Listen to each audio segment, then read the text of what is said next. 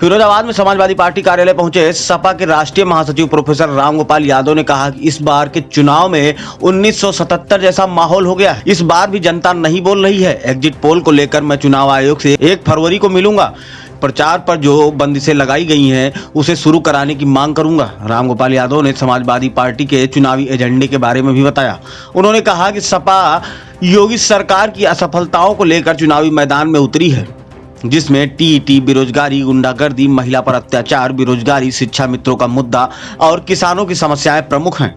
रामगोपाल यादव ने भाजपा की केंद्र और प्रदेश सरकार को अड़े हाथों लेते हुए कहा कि किसान आंदोलन के दौरान 1100 किसान मर गए, लेकिन इन्होंने किसानों के लिए कुछ नहीं किया। चुनाव में भाजपा के खिलाफ हमारे पास मुद्दों की कमी नहीं है, जहां से निकल जाओ वहीं मुद्दे ही मुद्दे हैं। एनएसपी को समाप्त कर पुरानी पेंशन बहाली के सवाल पर उन्होंने कहा कि वर्ष 2005 में सपा की सरकार नहीं थी, विपक्ष झूठ बोल रहा है। उत्तर प्रदेश में पीछे करो उसको।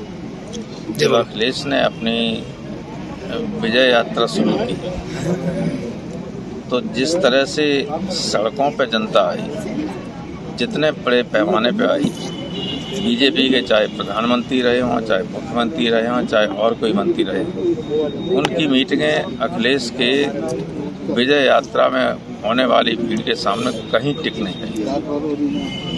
ये उत्तर प्रदेश की जनता का मूड था, पश्चिम से लेकर पूर्व तक।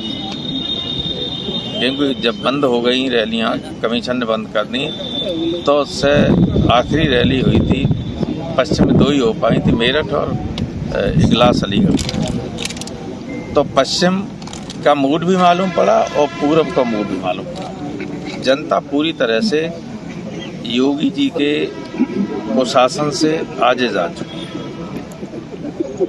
कोई ऐसा क्षेत्र नहीं हो, चाहे किसान हो, चाहे छात्र हो, चाहे बेरोजगार हो, चाहे दबे कुचले लोग हों, ये सब पीड़ित हैं और करोड़ों लोगों का रोजगार चला गया नोटबंदी से लेके और ये लॉकडाउन। उनका कोई किसी तरह से इंतजाम नहीं किया। गवर्नमेंट बात बहुत करती, इंतजाम कहीं नहीं किया। लोग भूखों मरने को बेबस, ये स्थिति है। कोरोना में आपने देखा होगा, सेकंड वेव में मिनिस्टर टेलीफोन करते थे, सीएमओ टेलीफोन नहीं उठाता था और ब्रजेश पाठक को तो चिट्ठी लिखनी पड़ी लखनऊ के बारे में। और लोग सांस लेने के लिए ये ऑक्सीजन उपलब्ध नहीं करा सके और बड़े पैमाने पर लोग मर गए। और उनको अगर मुआवजा भी मिल सकता था, गवर्नमेंट ने दिखाई नहीं। कई लाख लोग मरे। आपके चैनल्स ने जो असली सर्वे किया उसके हिसाब से, लेकिन उन्होंने कहा 23,000 मरे। तो ये सारी चीज़ें हैं। टीचर्स, चाहे वो बीएड टेट वाले हों, चाहे शिक्षा मित्र हों या टीटी वाले, सब हों, जो गया उन पर लाठी चली। यानी आशा बहुओं तक पर लाठी चल गई, आंगनबाड़ियों पर, महिलाओं पर भी लाठी चली। और अभी इलाहाबाद में लड़कों को आप देख, घरों से निकाल के मार रहे, हॉस्टल में लाते मार रहे, निकाल मार रहे। ऐसा कभी कुशासन कभी आया नहीं उत्तर प्रदेश। तो जनता उससे आजिज आ चुकी है। किसान परेशान रहा, आप जानते हो कि 700 किसान मरा, बैठा रहा।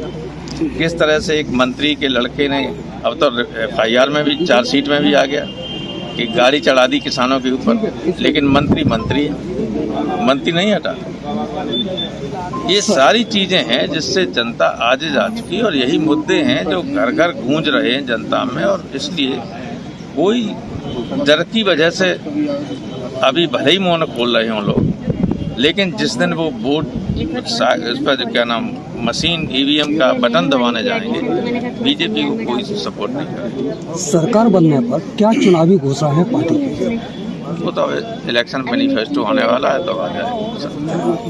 वो सारी चीज़ें उसी में होंगी। हालांकि रोज़ एक न एक बात बताते हैं अखिलेश वहाँ लखनऊ में, लेकिन कंपाइल्ड पूरा मैनिफेस्टो जारी होगा।